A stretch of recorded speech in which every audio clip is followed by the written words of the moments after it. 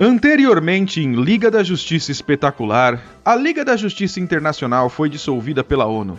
E quando Brainiac invadiu a Terra acompanhado da rainha do planeta Almerac, Lady Máxima, o Superman precisou reunir um grupo de heróis para derrotar e expulsar os vilões. No meio do conflito, Máxima passa para o lado do Superman e ajuda a derrotar o Colecionador de Mundos, deixando-o catatônico. Pouco tempo depois, antigos membros da Liga Internacional precisam se reunir para resgatar um grupo de diplomatas, o Homem Elástico, Sue Dibny e o Superman, que estavam sendo feitos reféns pela gangue de espadas em um parque de diversões na Flórida. Com os reféns a salvo, Superman, Hal Jordan e Aquaman decidem que é hora de começar uma nova Liga da Justiça e recriam a Liga da Justiça Europa e a Liga da Justiça América. Com as notícias se espalhando de que a Liga está de volta, algumas consequências começam a acontecer. Um homem negro misterioso se prepara para ir ao encontro da nova equipe e o Besouro Azul se apressa desesperadamente para entrar em forma para conseguir acompanhar seus colegas em suas missões. Além disso, o traficante interplanetário conhecido como Mestre das Armas, que era o verdadeiro financiador da gangue de espadas no episódio do sequestro do parque na Flórida, está pronto para confrontar e derrotar a Liga da Justiça América e tomar para si o Anel de Lanterna Verde de Guy Gardner. Será que ele vai conseguir?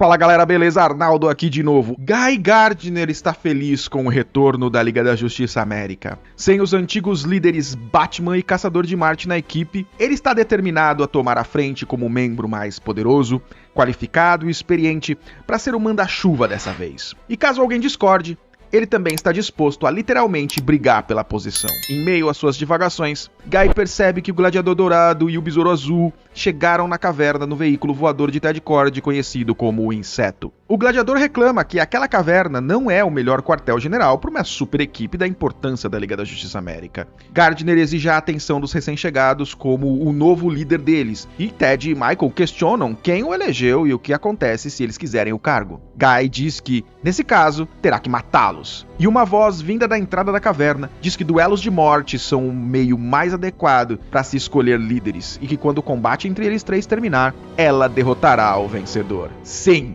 ela, Lady Máxima. A rainha de Almerac está na Terra, à procura do parceiro adequado para, junto dele, reconstruir seu império destruído por Brainiac e gerar a prole que perpetuará sua dinastia no governo de Almerac pelas próximas gerações. Imediatamente, Guy Gardner e Besouro Azul se oferecem para preencher a vaga, mas ela logo avisa que apenas um homem na Terra tem os requisitos para a função. Na verdade, um super-homem, Kal-El de Krypton, o Superman. E falando no Superman, ele adentra a sede da Conceitos Inovadores, a empresa de Maxwell Lord em Nova York, como um deus entre seus fiéis, com sua coragem e força lendárias, para confrontar o larápio oportunista que comandou a Liga da Justiça Internacional por anos. Max e Oberon estão conversando com Fogo e Gelo sobre o futuro da Liga América, quando são interrompidos pelo último filho de Krypton, que diz ao empresário que a Liga da Justiça não é um dos brinquedos dele, e que a equipe pertence aos heróis que fazem parte dela e que arriscam suas vidas em nome dela. Admirada pela atitude do Homem de Aço, Gelo toma a frente para dizer a Max que os membros da Liga não serão mais manipulados por ele. Superman e Gelo saem da sala confiantes para encontrar os outros membros da equipe, e Max e Oberon ficam para trás, junto com a heroína Fogo, se questionando o que aconteceu com uma pessoa tão doce e dócil como Gelo para tomar uma atitude repentina tão agressiva. E Fogo, que conhece bem sua amiga, responde que o Superman aconteceu e que acha que agora Guy Gardner terá que enfrentar um grande rival se quiser reconquistar o coração da Gelo.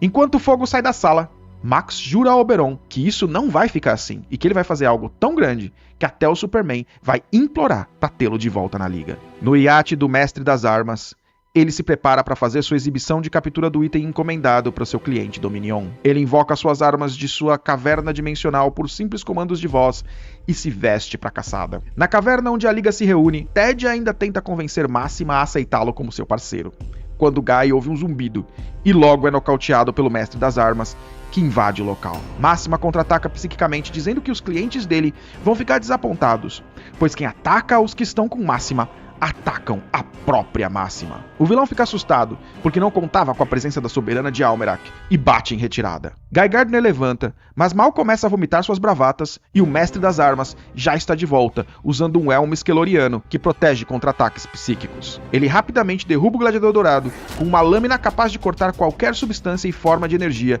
e começa um confronto com Guy Gardner, que usa seu anel, que nessa época é inútil contra a armadura amarela do inimigo. Parênteses. Essa fase se passa antes do Hal Jordan destruir a bateria central de Oa e libertar o parasita do medo, Parallax, que estava preso nela. Essa entidade cósmica monstruosa era chamada de a Impureza Amarela nessa época, e o fato de ela habitar a bateria, que servia de fonte de energia para todos os anéis dos Lanternas Verdes, fazia com que todos eles não conseguissem usar seus poderes contra nada que era da cor amarela. De volta ao combate. Com Guy atordoado, o Besouro toma a frente na luta, mas é rapidamente derrubado, sendo chamado pelo mestre das armas de o membro mais fraco da equipe. Guy continua falando e o vilão o nocauteia, mandando calar a boca. No combate corpo a corpo, Máxima leva desvantagem e se desequilibra, mas antes que o mestre das armas consiga pegar o anel do Lanterna Verde, ele é atingido em cheio pelo Superman, que chega com fogo e gelo, que aliás só consegue suspirar e dizer quão maravilhoso o Superman é. Kal-El começa a arrancar as partes da armadura do vilão, enquanto diz que é incrível como todo bandidinho barato com armas sofisticadas acha que pode aparecer e acabar com a liga. Gelo e Fogo apenas observam a surra e Gelo elogia o tamanho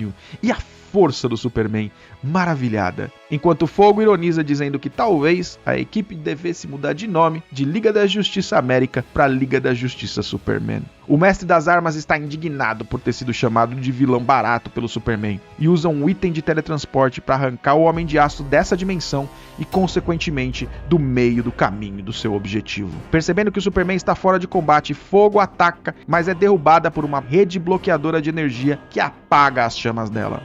Preocupada com a vida do Superman, Gelo ataca o inimigo, que se surpreende de ela estar mais preocupada com o Kryptoniano do que com o Lanterna Verde de Guy Gardner. Ele derrete o gelo criado para detê-lo e a derruba com facilidade, dizendo que quando ele é contratado para obter algo, ele nunca fracassa.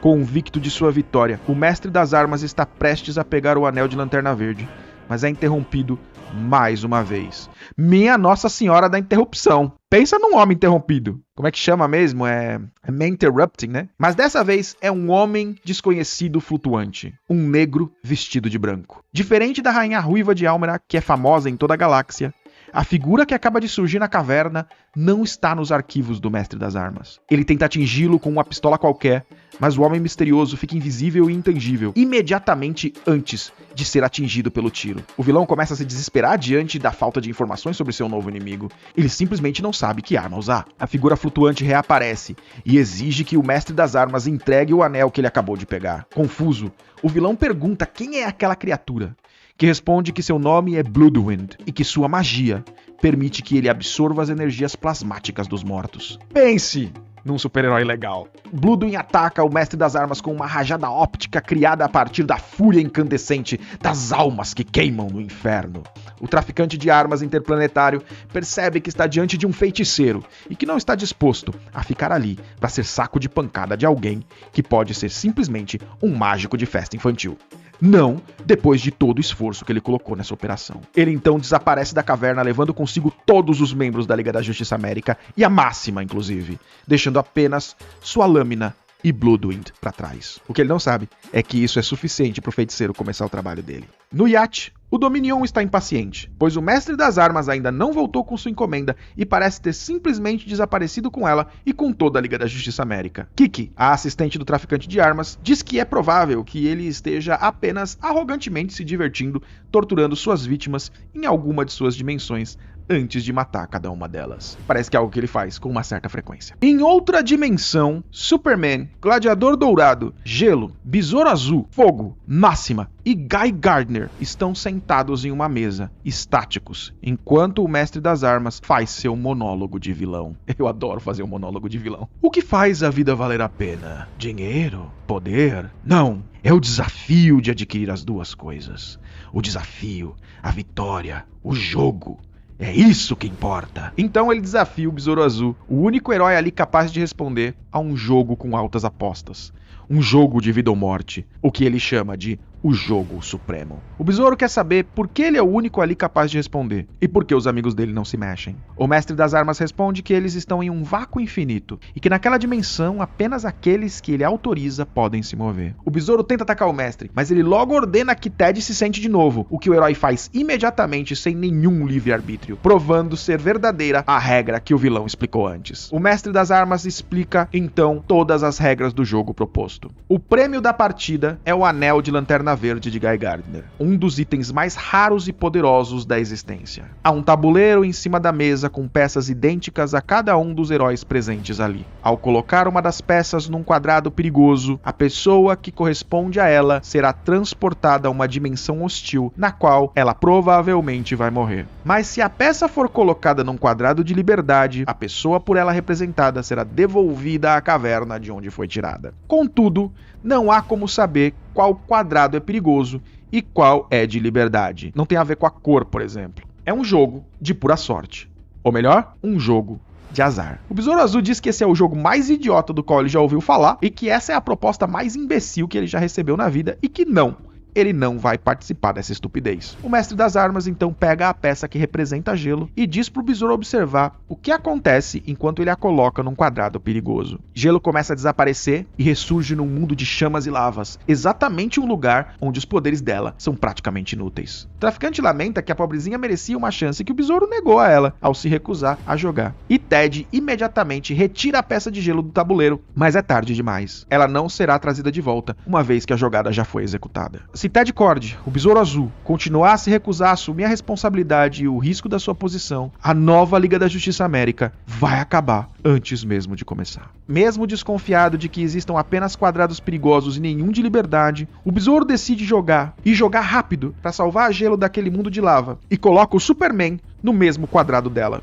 O Homem de Aço desaparece de sua cadeira e ressurge no mundo de lava, salvando o gelo, que tentava desesperada e inutilmente se proteger do calor usando os poderes dela. O Mestre das Armas se irrita com as escolhas de Ted, que manda o vilão calar a boca e prossegue com seu jogo. Você queria que eu jogasse, eu tô jogando. Mas o Besouro joga do jeito dele, analisando e tentando entender os mecanismos reais do jogo. A princípio, ele pensava que o tabuleiro fosse só um ornamento e que o traficante fizesse os teletransportes. Mas depois da jogada com Superman, ficou claro que o tabuleiro faz tudo sozinho. Ted Kord não sabe, porque na época ele não era membro da Liga da Justiça. Mas a primeira versão da equipe já teve que lidar com esse tabuleiro anos atrás, quando ele estava nas mãos de Déspero de Kalanor, que obrigou o finado Flash Barry Allen a jogar para salvar os seus companheiros. O tabuleiro, portanto, é uma arma real no arsenal do traficante interplanetário. O Besouro prossegue com seu estilo experimental de jogar e coloca as peças de Lady Máxima e Gladiador Dourado em cantos opostos do tabuleiro, e os dois são instantaneamente transportados para a mesma dimensão paralela. Contudo, o que chama a atenção do Besouro Azul é que antes de desaparecer, Máxima consegue dizer que vai arrancar a garganta de alguém, e o Gladiador consegue dar um grito. Talvez haja uma forma de bular as regras a favor da Liga. Enquanto isso, na Conceitos Inovadores, o feiticeiro Bloodwind busca informações com Max e Oberon para ajudar a Liga América a voltar para o seu plano de existência. Max enche Bloodwind de perguntas, mas o feiticeiro se recusa a responder, dizendo que está ali apenas para discutir questões relacionadas ao resgate da Liga da Justiça e nada a respeito de si mesmo. Vendo ali uma oportunidade de mostrar seu valor para a Liga, especialmente para o Superman, Max e Oberon resolvem colaborar e Bloodwind conta a eles que usou sua magia para examinar telepaticamente uma das armas do Mestre das Armas e viu uma imagem psíquica de um iate chamado O Sonho de Kiki. Ele quer que Oberon localize o iate usando seus computadores. Oberon diz que vai ajudar, mas que Bloodwind vai pagar caro se aprontar alguma coisa com eles. É que de aprontar, o Max e o Oberon entendem, né? E malandro não gosta de ser passado pra trás. É mais por isso do que qualquer outro motivo. Eu adoro o Max e o Oberon, diga-se de passagem. Na dimensão de lava, Superman verifica que o planeta inteiro é um imenso vulcão, e Gelo começa a perder as forças e passar mal por causa do calor e do enxofre na atmosfera. Uma explosão vulcânica quase a derruba num rio de fogo. O Superman segura a Princesa Branca, que está quase desmaiando, e tenta incentivá-la a usar seus poderes para resistir. Ela consegue gerar alguns cubinhos de gelo que o Superman passa em sua testa para refrescá-la. Fraca e meio delirante, Gelo pergunta pro Superman se ele é casado, ao que ele responde que não. Parênteses, Superman não estava traindo a Lois aqui, nessa época ele não era casado.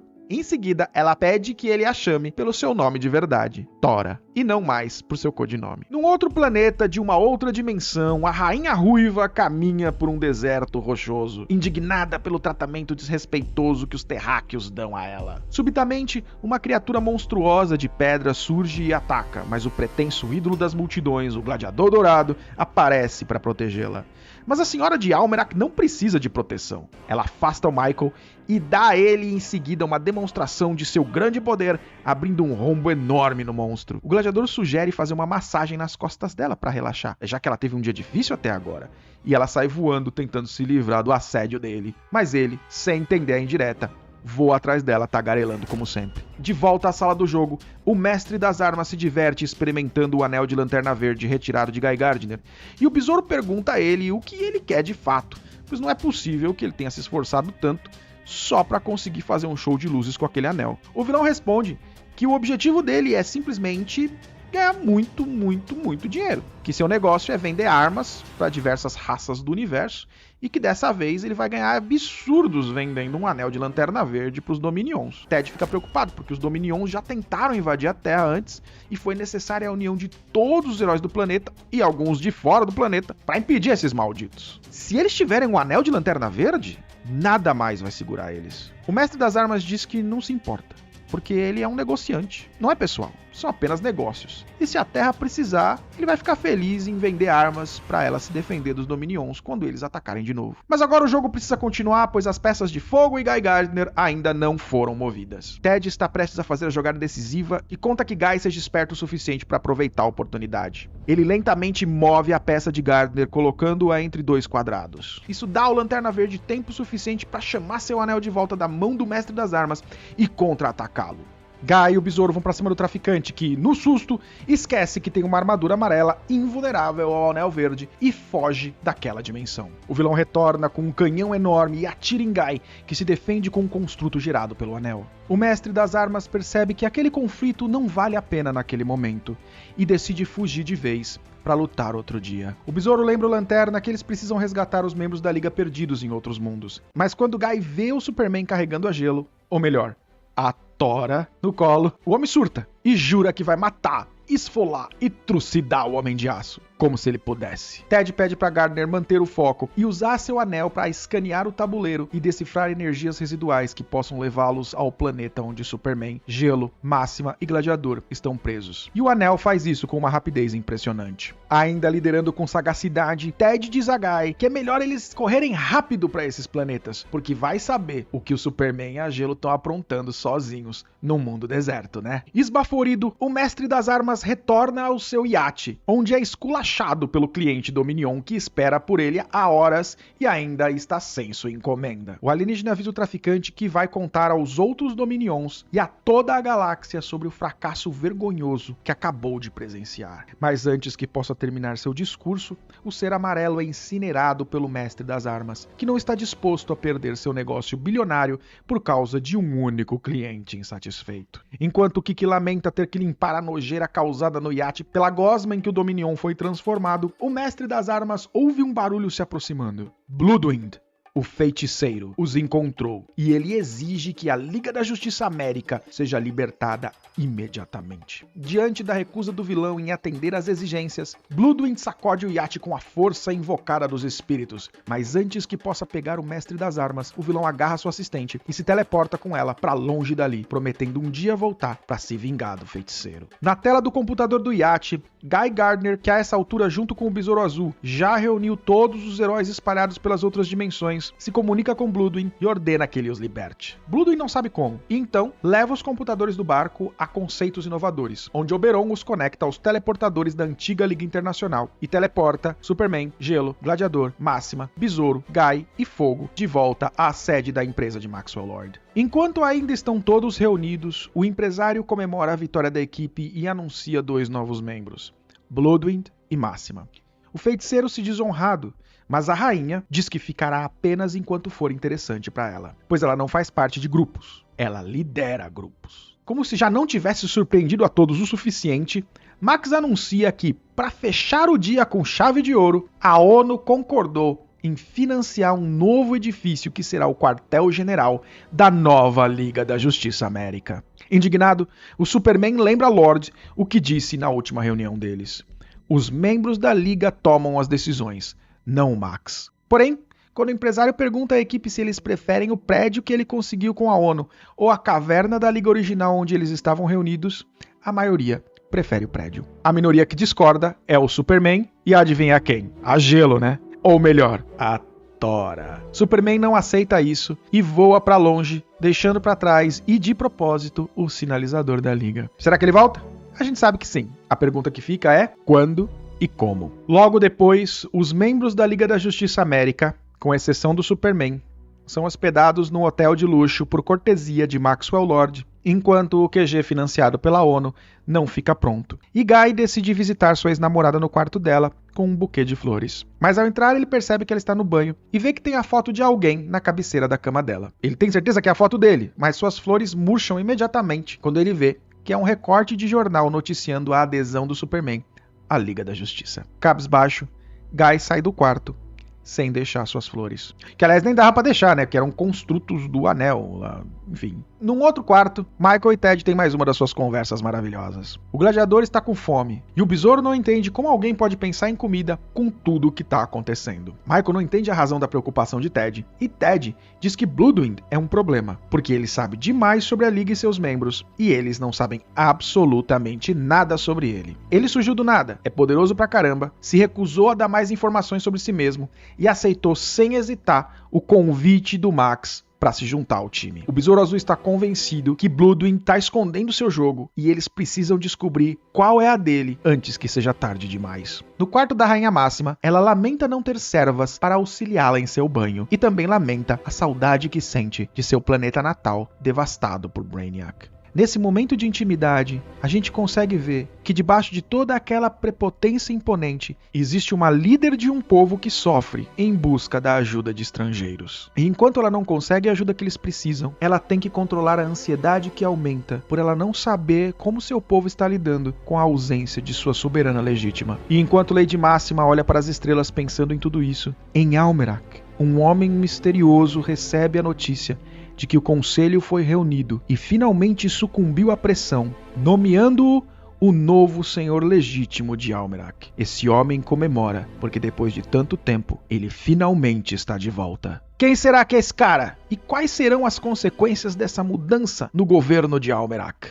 Bom, isso fica para um próximo vídeo. Escrita por Dan Jurgens e desenhada por Dan Jurgens, Rick Burchett e Jackson Guice, Renascer de Novo, Born Once Again no original, começa já fazendo uma ponte barra homenagem com a fase anterior de Keith Giffen, J.M. DeMatteis e Kevin Maguire no título, já que a primeira história da fase cômica de maio de 1987 se chama justamente Renascer, ou Born Again, e a página de abertura das duas é praticamente a mesma. Na época, o Caçador de Marte e o Batman baixaram a bola do Guy, depois de ele dizer que ia ser o líder e tal, mas nessa, o cabeça de cuia teve que lidar com a rainha de Almerac, além da contestação de seus colegas de equipe de longa data que já estavam acostumados com ele, Besouro Azul e Gladiador Dourado. Outras referências importantes nessa história são o tabuleiro de Déspero, usado pelo Mestre das Armas para o jogo sórdido dele, que aparece originalmente em Justice League 1 de novembro de 1960, e o próprio Weapons Master, ou Mestre das Armas, que aqui aparece reformulado pela primeira vez no universo pós-crise, mas que apareceu originalmente em The Brave and the Bold, número 29, em maio de 1960, a segunda aventura da Liga da Justiça. A primeira é contra o Starro e a segunda é contra o Mestre das Armas. Na versão em inglês, o Mestre das Armas chega a referenciar o Déspero, dizendo que o cara de quem ele comprou o tabuleiro disse que conseguiu a arma com um cara de pele vermelha e 3 olhos. Mas na versão em português da Editora Abril, esse comentário se perdeu completamente, ou por falta de espaço nos balões em formatinho, ou por escolha dos editores da época que talvez estivessem querendo diminuir a quantidade de referência para não confundir o público novo em que eles miravam com o lançamento dessa nova fase numa nova revista. Afinal, a revista da Liga Internacional tinha sido cancelada e essas histórias estavam acontecendo em Liga da Justiça e Batman. Aliás, essa história, Renascer de Novo, foi publicada no Brasil em Liga da Justiça e Batman 2 e nos Estados Unidos saiu em Justice League America 61 e Justice League America 62, originalmente lançadas em abril e maio de 1992 e foi republicada também em Superman and Justice League America Volume 1 em março de 2016. Que que me chama a atenção nessa história é o cuidado que o Dan Jurgens tem com a construção dos personagens. O Superman e o Max continuam a disputa deles pelo controle da Liga, e o Max dessa vez acaba levando a melhor, na maciota mesmo, como ele sempre levou, que obriga o Superman a lidar com limitações completamente incomuns pra ele. O Superman tá acostumado a vencer as coisas ou nos poderes dele, ou na moral, ou na imponência, e dessa vez ele tem um adversário aí que consegue ser um sabonete, né, e sair pela tangente, resolvendo as coisas de forma que o Superman não espera. Não que ele já não tenha o Lex Luthor pra lidar com isso, né, mas o Lex Luthor ele já sabe que é um vilão, o Max é mais ambíguo. Talvez seja até por isso que ele não gosta muito do Max, porque lembra o Lex Luthor, né. Já o Guy e a Gelo precisam lidar com a mudança drástica no relacionamento deles causada pela presença de um fator novo, um homem perfeito demais aos olhos pra se ignorar, o próprio Superman. O Gladiador aqui, que é inclusive um personagem criado pelo próprio Jurgens em 1986, depois da Crise das Infinitas Terras, serve de escada pro melhor amigo dele, o Besouro Azul, brilhar absoluto.